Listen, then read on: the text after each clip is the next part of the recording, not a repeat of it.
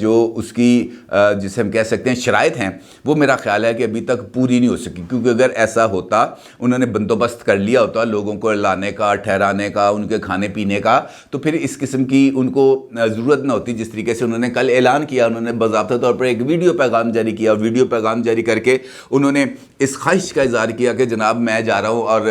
اسلام آباد اور پنڈی، اور وہاں پر جا کر ہم نے اپنی پولیٹیکل سرگرمیاں کرنی ہیں، اور پولیٹیکل سرگرمیاں پیسوں کے بغیر ہوتی نہیں ہیں، اور پیسے میرے پاس ہے نہیں، گھڑیاں میں نے بیچنی ہیں، میں نے تحائف بیچ دیے ہیں، میں نے ہیرو کے نیکلس بیچ دیے ہیں، میں نے آپ کی اس جو احتجاجی تحریک ہے اس کے لیے میں نے توشہ خانہ سے جو 112 تحائف خریدے تھے وہ 112 کے 112 بیچ دیے ہیں صرف اس حقیقی آزادی کے لیے، لیکن یہ حقیقی آزادی ابھی تک مل کے نہیں دے رہی، لہٰذا اور پیسے دو۔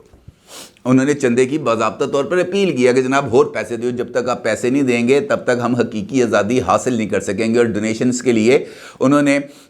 جو ہے مختلف اکاؤنٹس کا حوالہ بھی دیا ہے کہ جناب آپ فلاں ویب سائٹ پہ جا کے دے سکتے ہیں، فلاں اکاؤنٹس کے ذریعے دے سکتے ہیں، اوورسیز فلاں جگہ پہ پیسے دے سکتے ہیں، یعنی انہوں نے اپنے پیسوں کے لیے بھرپور جو تیاری کی ہے۔ اب دیکھنا یہ ہے کہ وہ جو پہلے ان کو جو سیلاب زدگان کے لیے انہوں نے کہا تھا جناب میں نے 4 گھنٹوں میں 6 گھنٹوں کے دوران 15 ارب روپے اکٹھے کر لیے ہیں، وہ 15 ارب روپے اب انہوں نے کہاں پر خرچ کیے ہیں؟ کیونکہ ابھی تک اس بات کا بھی جواب نہیں ملا، کیونکہ انہوں نے یہ تو دعویٰ کر دیا تھا کہ میں 15 ارب اکٹھے کر لینے، لیکن اس کے بعد خرچ کہاں کیے، کس طریقے سے خرچ کیے، اس کے حوالے سے راوی خاموش ہے کہ وہ پیسے کس کنویں میں چلے گئے ہیں، کس بلیک ہول میں چلے گئے ہیں جو اس کے بعد نظر نہیں آ رہے۔ یا تو پیسے جو انہوں نے پلیجز لوگوں نے کیے تھے ان پلیجز پر عمل درآمد نہیں کیا، اور اگر عمل درآمد ہو گیا ہے تو وہ پیسے کسی اور جگہ پر استعمال ہو گئے۔ سیلاب زدگان پہ کے لیے نہ عمران خان صاحب پہنچے ہیں، اور نہ ہی سیلاب زدگان کی طرف سے کوئی عملی ان کی طرف سے جو مدد ہے وہ سامنے آئی ہے۔ البتہ یہ ضرور ہے کہ کچھ چیزیں ہیں جو ڈیولپ ہوئی ہیں۔ مثال کے طور پر جس طرح میں نے آپ سے کہا کہ عمران خان صاحب کا راولپنڈی آنا اور انہی دنوں میں آنا جہاں جن دنوں کے اندر جو اہم ترین تقرری ہے اس کا نوٹیفیکیشن ہونا ہے، یہ خارج از علت نہیں ہے، کیونکہ یہ ایک آخری کھیل ہے، آخری کارڈ ہے جو عمران خان صاحب کھیلنے جا رہے ہیں، اور کسی کی خواہش پہ یقینی طور پر یا کسی کے اشارے پر کھیلنے جا رہے ہیں۔ وہ کوئی بھی شخصیت ہو سکتا ہے، اور یقینی طور پر ممکنہ طور پر وہ اسٹیبلشمنٹ کا بھی کوئی بندہ ہو سکتا ہے، یا ان سے روابط عمران خان صاحب سے روابط رکھنے والی بھی کوئی شخصیت ہو سکتی ہے، کیونکہ جو اس کے بغیر ممکن نہیں ہے عمران خان صاحب کا پاکستان کے طاقتور ترین ادارے کے ساتھ اس طریقے سے پنگا لینا، اس طریقے سے سامنے آ کے کھڑے ہونا۔ اور وہ خود بھی چونکہ اس بات کا اظہار ایک سے زائد مرتبہ کر چکے ہیں کہ جناب میں کسی بھی جگہ پر کچھ بھی کر سکتا ہوں، اور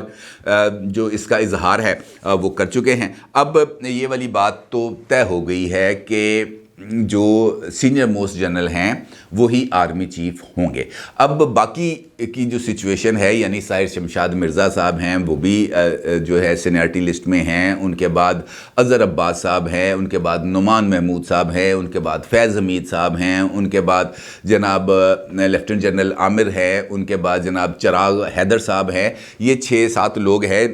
جو اس ریس کے اندر ابھی تک موجود ہیں، ان میں سے کسی کو رول آؤٹ نہیں کیا جا سکتا۔ اور سب سے زیادہ یقینی طور پر اس لسٹ کے اندر جو شخصیت ہے وہ یقینی طور پر لیفٹیننٹ جنرل فیض حمید صاحب ہیں، آلدو کہ ان کے بارے میں یہ کہا جاتا ہے کہ وہ ہارڈ ٹاسک ماسٹر ہیں، ان کو جو بھی ٹاسک دیا جاتا ہے وہ اپنے ٹاسک کو کمپلیٹ بھی کرتے ہیں، اور بڑے پروفیشنل سولجر ہیں، اور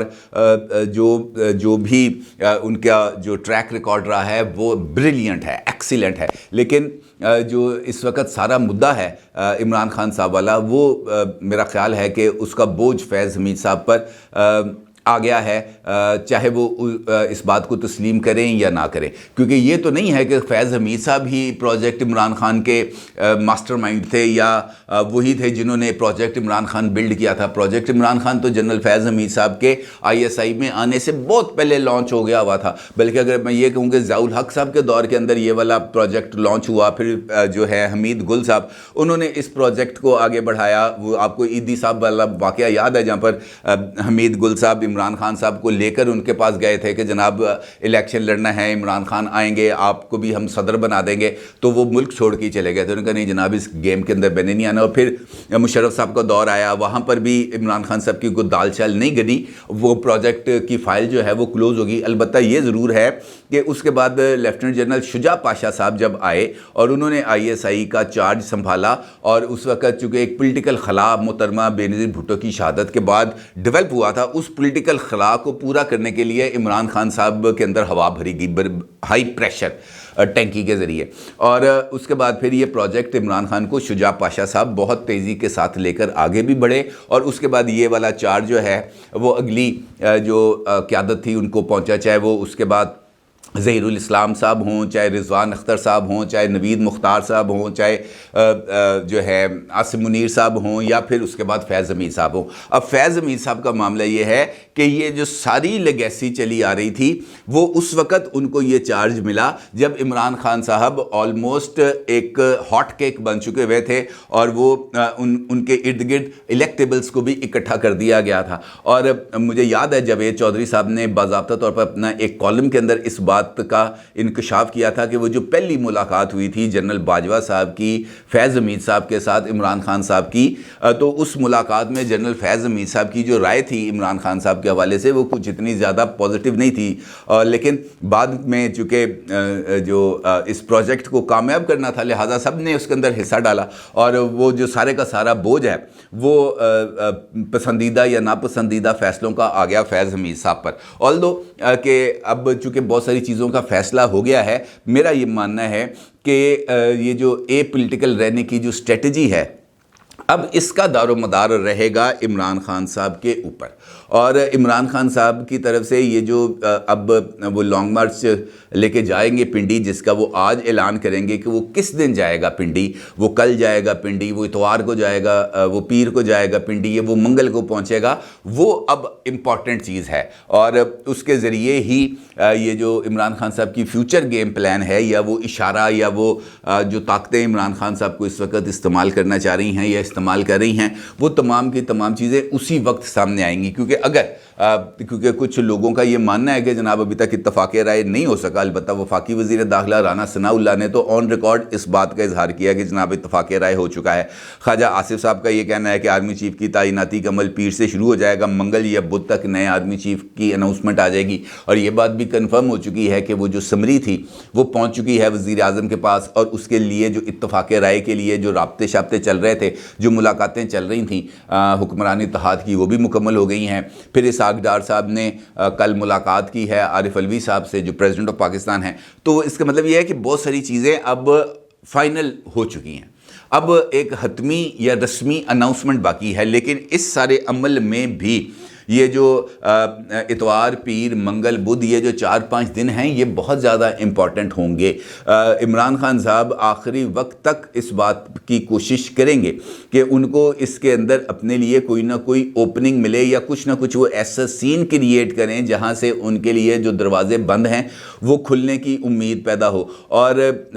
وہ فی الحال جو ہے وہ کھلتے ہوئے نظر نہیں آ رہے. لیکن اگلے 4 دن اس حوالے سے امپورٹنٹ ہیں، کیونکہ خدا نہ خواستہ اگر کچھ ایسی ناپسندیدہ صورتحال ڈیولپ ہو گئی، کچھ ایسی لا لیسنس ہو گئی، کچھ ایسا واقعات ہو گیا، کچھ توڑ پھوڑ ہو گئی، تو پھر یقینی طور پر جو حالات ہیں وہ قابو سے باہر نکل جائیں گے. عمران خان صاحب کی آج شام کو جو انہوں نے ممکنہ طور پر اناؤنسمنٹ کرنی ہے